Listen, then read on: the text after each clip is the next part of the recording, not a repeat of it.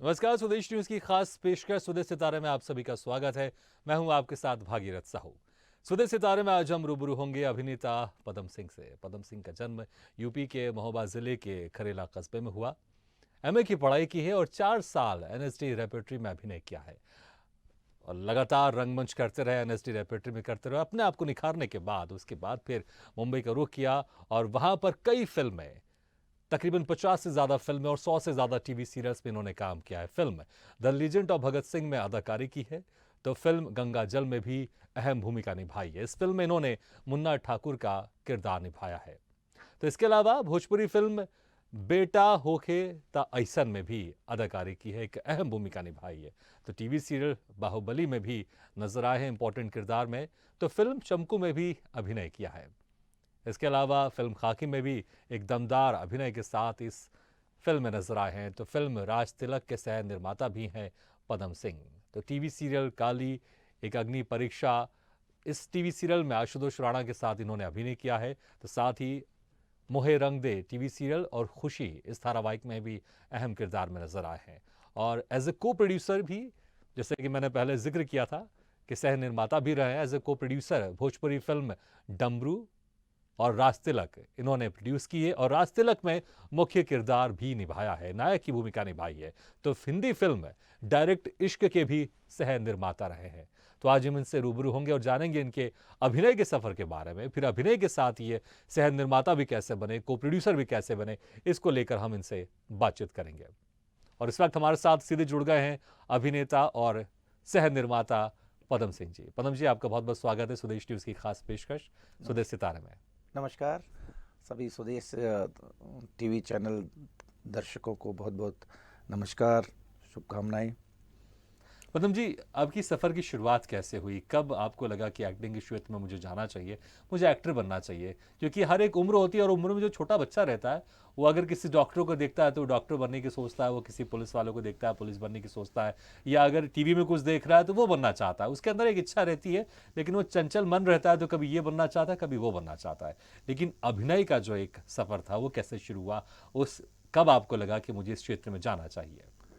अभिनय का क्षेत्र तो बचपन से ही शुरू हो जाता हम्म। है। जो छोटे छोटे जब बचपन में पढ़ाई करने जाते थे तभी से हम अभिनय करना शुरू कर देते थे। तो घर में भी एक्टिंग करके हाँ, अपने सभी लोगों को दिखाया करते थे, परिवार के जितने कुछ भी बदमाशी सदस्य करके थे। झूठ बोला भी करते थे। और भाई ये तो अभिनय का सबसे बड़ा गुण होता है कि किस तरीके से पिता भी समझते हैं, जी। अपने परिवार के सभी सदस्य समझते हैं कि ये झूठ बोल रहा है, हाँ। लेकिन अपने अभिनय के माध्यम से हम उस चीज़ को इस तरीके से कन्विंस करते हैं। निखारते थे हाँ। कि भाई हम एकदम सही बोल रहे हैं। तो जी। अभिनय की शुरुआत तो बचपन से ही हो जाती है। हाँ। लेकिन जब इसको अभिनय को प्रोफेशन के तौर पर अगर देखा जाए तो मैंने डॉक्टर हरि सिंह गौर विश्वविद्यालय में जब PG diploma in performing arts कर रहे थे, नाटक तभी से करने शुरू कर दिए थे। और हमारा एक रंगमंच ग्रुप था, वहाँ से काम हाँ। शुरू किया। फिर मेन जो बंसी कौल जी के साथ में रंग विदूषक में आया, जहाँ सीखने का मुझे सबसे अच्छा मौका मिला। जी। और बंसी कौल जी की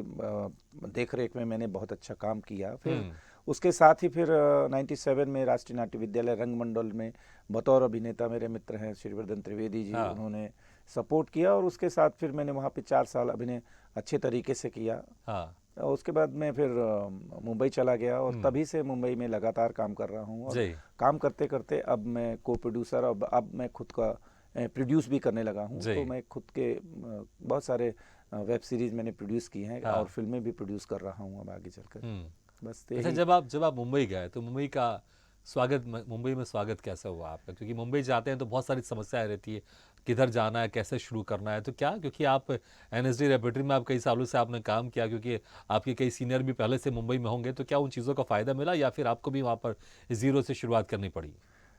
मैंने बचपन से ही एक बात मुझे लगी है, हम्म। कभी भी ऐसा अनईजी नहीं लगा, क्योंकि मैं बचपन से खरेला महोबा उत्तर प्रदेश में पैदा हुआ। उसके बाद 10 साल दिल्ली में पढ़ा। हाँ। दिल्ली की परवरिश इतनी स्ट्रांग हुई। उसके बाद 15 साल मध्य प्रदेश में पढ़ा। हाँ। तो वहाँ से पढ़ने के बाद फिर भोपाल आ गया, फिर राष्ट्रीय नाट्य विद्यालय रंगमंडल में आ गया।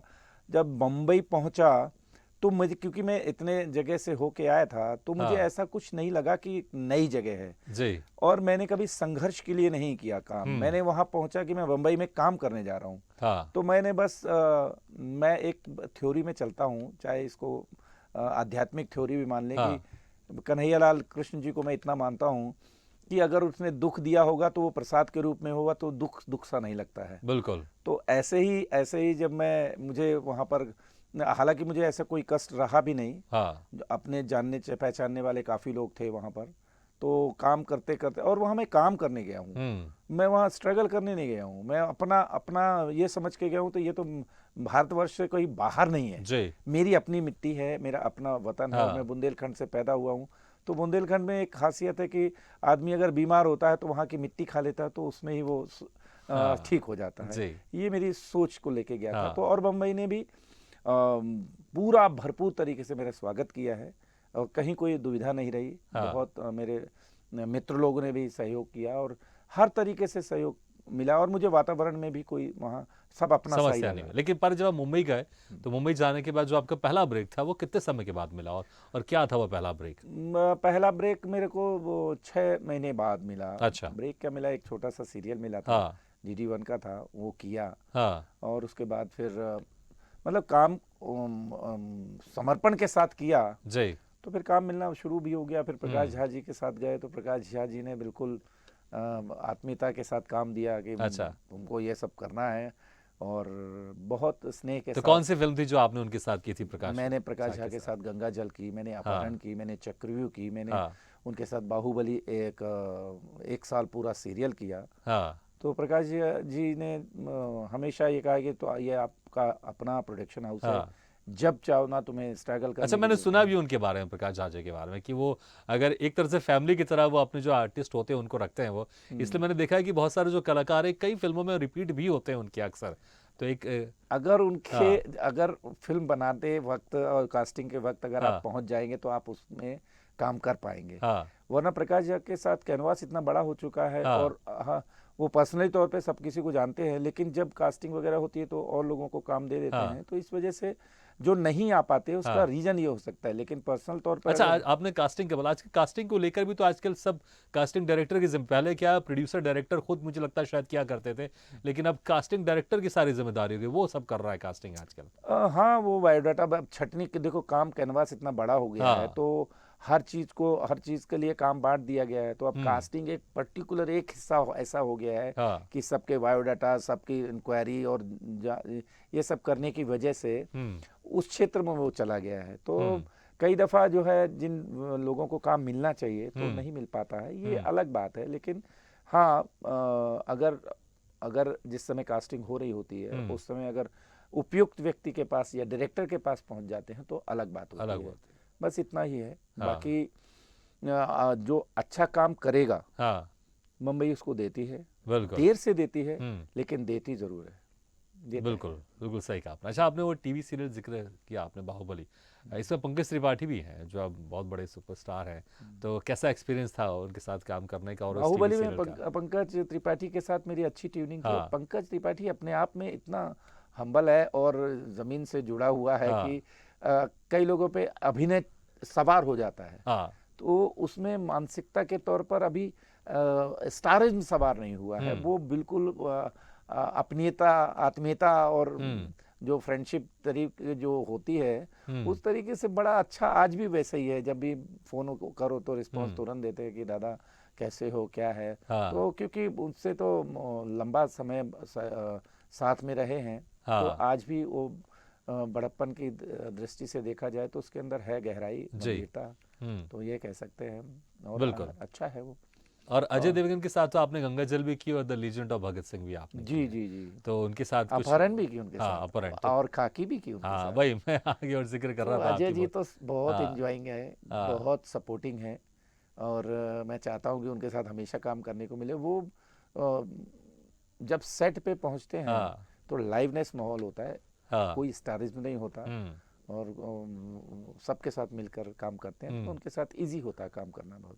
आपने इतनी सारी फिल्में की हैं, आपने टीवी सीरियल्स की हैं, कोई ऐसा खूबसूरत वाक्य जो आपको याद आ रहा हो, बड़ा इंटरेस्टिंग, जो आप कभी बैठे रहते हैं या दोस्तों के साथ बैठे रहते हैं, फैमिली के साथ, तो उस वाक्य का जिक्र आप ज़रूर करते हैं? कोई खुशनुमा माहौल या कोई ऐसा इंसिडेंट जो थोड़ा सा सहम जाते हो, याद करिए, कोई ऐसा कोई वाक्य याद आ रहा हो आपको? ऐसे बहुत सारे वाक़या हैं क्योंकि हम्म। हर सेट पे जब भी पहुँचते हाँ। हैं और कोई बड़ा स्टार होता है तो वो हाँ। हमारे साथ अगर आत्मीयता का व्यवहार रखते हैं। मैंने हाँ। अमिताभ बच्चन जी के साथ एस्कॉर्ट ट्रैक्टर का भी किया था, हाँ। एक ऐड किया था। सनी देओल जी के साथ भी काम किया जी। है और मैंने बॉबी देओल जी के साथ भी काम किया हाँ। है। तो मैंने ऑलमोस्ट ज़्यादातर लोगों से शाहरुख जी के साथ चक दे इंडिया में काम किया हाँ। है और प्रशंसनीय काम किया है। तो ये ज़रूर नहीं है कि स्क्रीन मैंने शेयर की हो, हाँ। लेकिन उनकी फ़िल्म तो शेयर की है ना। तो बिल्कुल। फ़िल्म के दौरान जो भी आर्टिस्ट आते हैं तो बड़ा हम्बल और अच्छा हम्म। व्यवहार रहता है। हम्म। और मुझे कहीं कोई दिक्कत नहीं हुई, मैं असहज कभी महसूस भी नहीं किया। हाँ। वाक़या तो बहुत सारे हैं, अगर उनमें एक्सप्लेन से कोई करूँ अगर एक आध कोई इंटरेस्टिंग वाक्य अगर आप वो लंबे जिक्र हैं करना जो इस समय चाहें समेटे नहीं उसको जा उसको थोड़ा सा सकते। शॉर्ट में एक ये अक्सर आपकी इंडस्ट्री समेटे में नहीं कहते जा हैं ना कि सकते। One line story. One line story तो कहते हैं कि हाँ। अब हाँ। अगर वो ऐसा कहेंगे तो वो कहीं ना कहीं कुछ गड़बड़ हो जाएगी। चलिए ठीक है, वो गड़बड़ ना हो हाँ जी, इसलिए हाँ हम जी। आगे बढ़ते बहुत हैं। जी जी। बहुत ही अच्छे हाँ। मोमेंट्स हैं वो। हाँ। और जब आपके पास ज़्यादा समय होगा, जी मेरे जी, पास ज़्यादा बिल्कुल, समय ज़रूर होगा, ज़रूर ज़रूर। तो शेयर कर देंगे, हाँ, उसमें क्या है। बिल्कुल। तो अच्छा, फिर आपने बहुत सारी भोजपुरी फ़िल्में भी की हैं जी आपने। जी जी भोजपुरी फ़िल्म आपने एज़ एक्टिंग भी की है और आपने एज़ अ सह निर्माता भी की है जी आपने। जी जी। तो भोजपुरी फ़िल्मों में जाने का कैसे इरादा हुआ? क्योंकि आप हिंदी फ़िल्म ऑलरेडी कर रहे थे, आप टीवी सीरियल्स भी कर रहे थे, भोजपुरी फ़िल्मों में फिर जाना कैसे हुआ? अभिनय अभिनय होता है। हाँ, ये ज़रूरी नहीं है कि किस भाषा में की जाए। बिल्कुल। और अभिनय भाषा या बोली का मुरीद नहीं होता। हाँ। वो नीड होती है, आवश्यकता होती है। हुँ। और जैसे अभी मैं चाहता हूँ कि मैं तमिल की फ़िल्मों में भी काम हाँ। करूँ। मैं चाहता हूँ, मैं हर क्षेत्र में काम करना चाहता हूँ। हाँ। एज़ एन एक्टर बात कर रहा हूँ और एज़ एन प्रोड्यूसर भी बात करना जी। चाह रहा हूँ। तो जैसे मैंने अपने डमरू फ़िल्म को जब हुँ। सह निर्माता के तौर में बनाया, डायरेक्ट हाँ। हिंदी फ़िल्म वाराणसी में बनाया, तो बाबा विश्वनाथ जी ने जैसे मुझे समेट के शब्द दे दिया हो कि हुँ। आओ मुझे फ़िल्म बनाओ।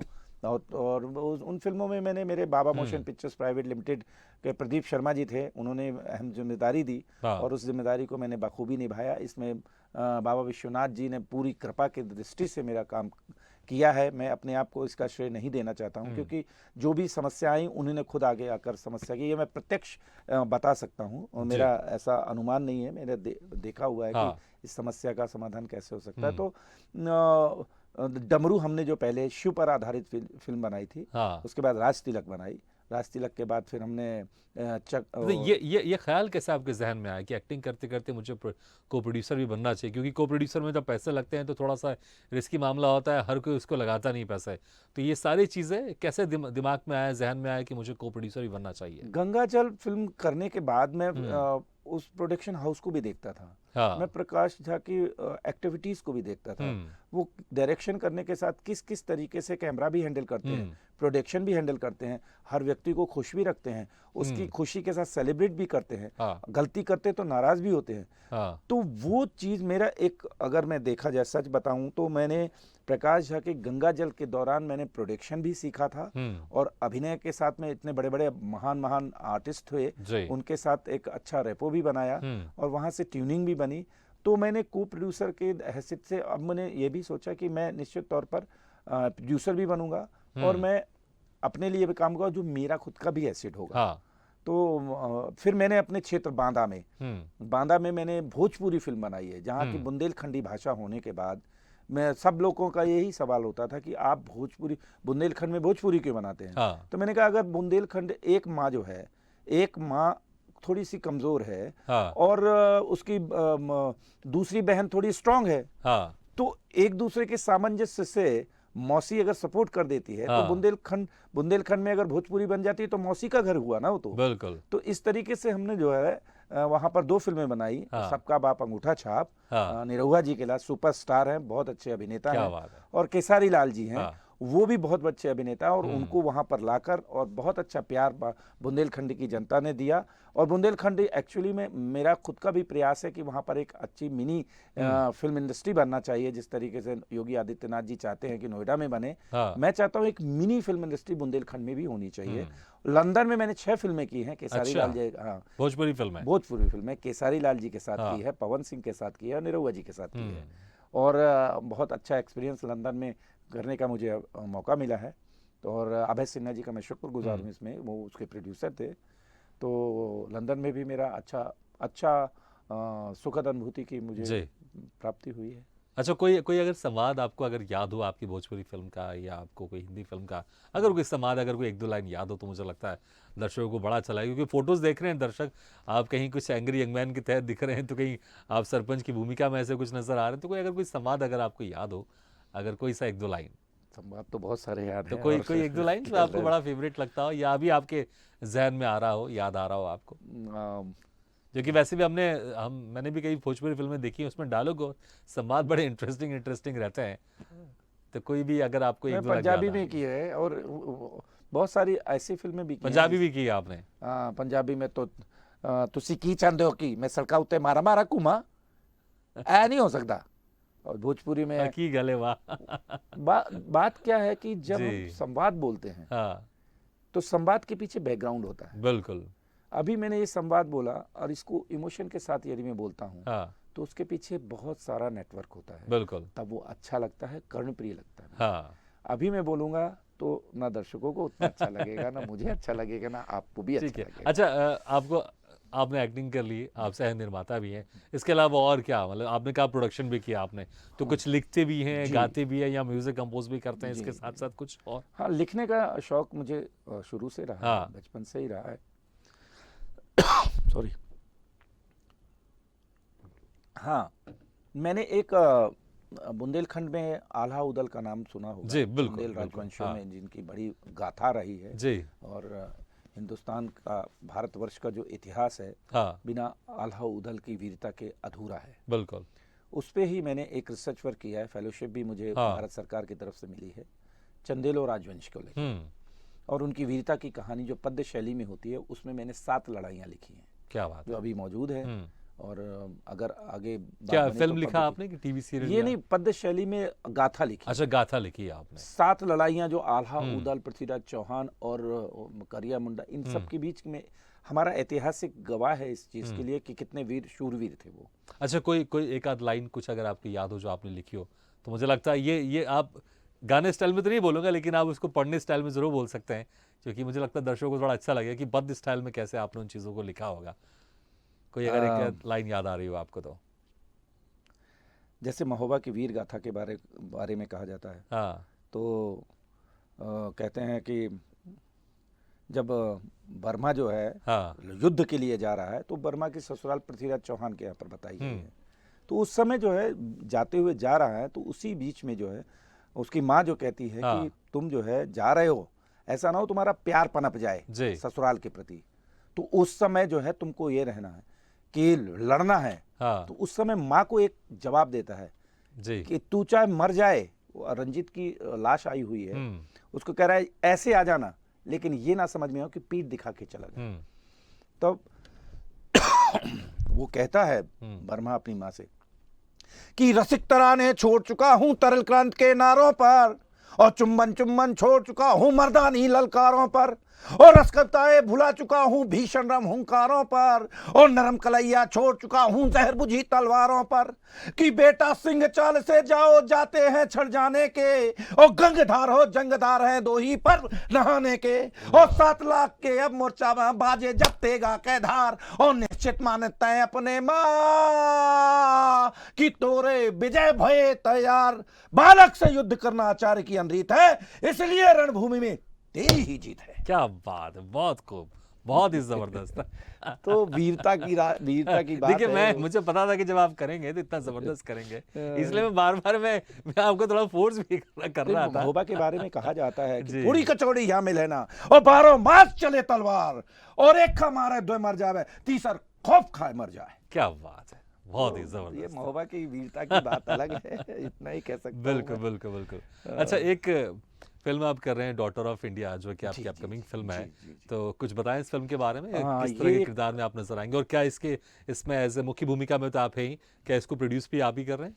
जी नहीं, मैं प्रोड्यूस नहीं कर रहा हूँ। हम्म। ये सूर्या मिश्रा ने इसको जी। प्रोड्यूस किया है। हाँ।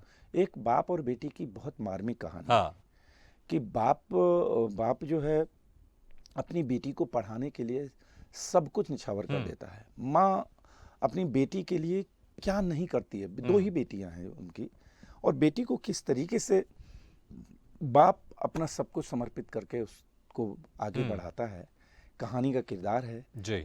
आप स्टोरी देखोगे तो आपको लगेगा कि निश्चित तौर पर ये बहुत अद्भुत कहानी है, और ये तैयार हो चुकी है, अब ऑलमोस्ट रिलीज पर है। बस ये चाह रहे हैं कि हमारे प्रोड्यूसर साहब ये चाह रहे हैं कि कुछ इंटरनेशनल फेस्टिवल में कुछ भेजा जाए, हाँ। जिससे उसको ख्याति प्रसिद्धि अलग बिल्कुल। मिल जाए।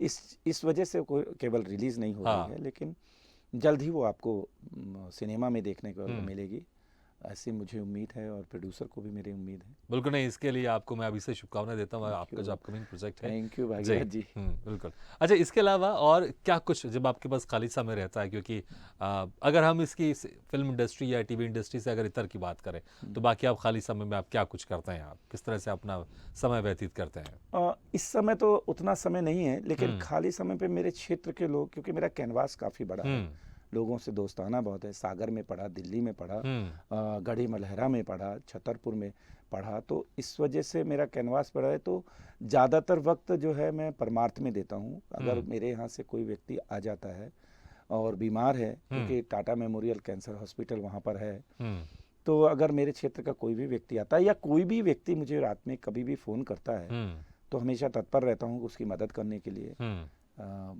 तन मन से तो करता ही हूँ, बहुत बढ़िया। जहाँ ज़रूरत होती है, जहाँ मेरी सामर्थ्य होती है, वहाँ धन से भी करता हूँ, और कुछ ना कुछ क्रिएटिव ही करता हूँ। ऐसा कुछ भी नहीं करता हूँ जो डिस्ट्रॉय करने वाला जी।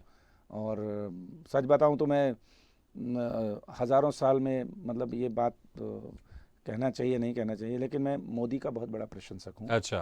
क्योंकि मैंने उनके कार्य करने की शैली देखी है, क्षमता देखी है, स्टडी देखी है। आज हमारे देश में और विश्व पटल पर G20 को जो प्रतिनिधित्व दिया गया है, तो इस मैं थोड़ा सा मतलब पढ़ता हूँ इन चीज़ों को पढ़ने की वजह से अपनी वो। तो आप भी अभिनेता से कभी भविष्य में नेता बनना चाहेंगे? नहीं, मेरा ऐसा कभी कोई नहीं। लेकिन सामाजिक कार्य आप हमेशा करते हैं? सामाजिक कार्य तो मेरे जिन्स में मेरे पिता करते हैं, मेरे दादा करते रहे हैं। कोई भी हमारे घर पे कभी भी या क्षेत्र में कोई भी परेशानी होती है, मेरे क्षेत्र में आते हैं, तो हमारे परिवार के लोग करते हैं, तो वही विरासत में मुझे मिला है।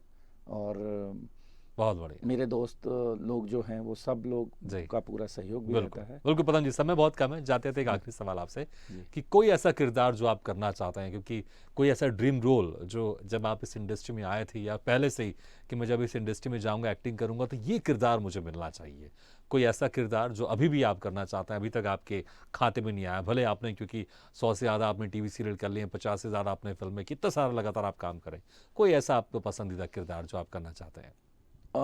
किरदार करने के लिए मेरे मन में, तो मैं एक बहुत छोटी सी बात कहना चाहता हूँ अल्प समय में, कि मैंने किसी की भी माँ का जो बेटा होता है, वो उसके लिए प्रिय होता है, चाहे वो लंगड़ा हो चाहे लूला हो। बिल्कुल। अभी तक जितना भी मैंने काम किया है, मैंने अपनी बेटी की तरह काम किया है, और मैं खुद माँ बन के काम किया है। तो इसलिए कोई भी रोल हो, आगे भी जो मिलेगा, मैं उसी शिद्दत के साथ करूँगा कि ये मेरा बेटा है, और उसी तरीके से मुझे प्रिय भी है। तो मेरे मन के अंदर बहुत सारे ऐसे नहीं, लेकिन एक चाहत होती है पिता की, अगर बेटा होगा तो आगे चल के मैं उसको डॉक्टर बनाऊंगा, भले शायद उसका मन नहीं हो, तो जो अपने हिसाब से करेगा, लेकिन एक दिमाग में जरूर रखता है पिता या माता की मैं इसको इस फील्ड में आगे लेके जाऊंगी। तो कोई ऐसा आपका भी कोई सपना कि अगर ये किरदार मुझे मिले तो मुझे बहुत अच्छा लगेगा, आप उसका इंतजार कर रहे हैं? मैं एक फिल्म है कभी बने, एक पहले बन चुकी है, हाँ, लेकिन उस किरदार का नाम कन्हैयालाल मानिकलाल मुंशी का एक उपन्यास है, हाँ, पृथ्वी वल्लभ जी। सोहराब मोदी ने उस किरदार को किया है। हाँ। लेकिन मेरे जहन में सिर्फ ये है कि एक बार मुझे अगर वो रोल करने को मिलता, तो मैं उस रोल के साथ भी न्याय करता। सोहराब मोदी ने इतना अच्छा किया है। बिल्कुल, इसमें कोई शक नहीं, क्योंकि आपकी जो पर्सनालिटी बहुत जबरदस्त पर्सनालिटी है। जाते आते एक थोड़ा एक अलग के साथ, आपकी हाइट कितनी, क्योंकि अच्छी खासी आपकी हाइट है, क्योंकि पर्सनालिटी बहुत अच्छी है आपकी। हाइट तो मेरी बहुत छोटी है, 6.1 है, देखिए 6 फीट लेकिन के मैं ऊपर हाइट तो और बढ़ाना चाहता नहीं हूँ। नहीं बिल्कुल इसमें कोई शक नहीं है, इसलिए अभी से आपको मैं शुभकामनाएं देता हूँ कि आपके जो एक इच्छा है इस किरदार भी आपका ड्रीम रोल भी आपका जल्द पूरा हो। और बहुत बहुत शुक्रिया आपने वक्त निकाल कर हमारे इस कार्यक्रम में शिरकत किया। धन्यवाद, नमस्कार। Thank you very much. नमस्कार। तो सुबह सितारे में आज हम रूबरू हुए अभिनेता और सह निर्माता पदम सिंह से। अगली बार हम फिर किसी शख्सियत से मुलाकात करेंगे, तब तक के लिए दीजिए इजाजत। लेकिन खबरों का सिलसिला लगातार जारी, आप देखते रहिए स्वदेश न्यूज, सबसे पहले देश।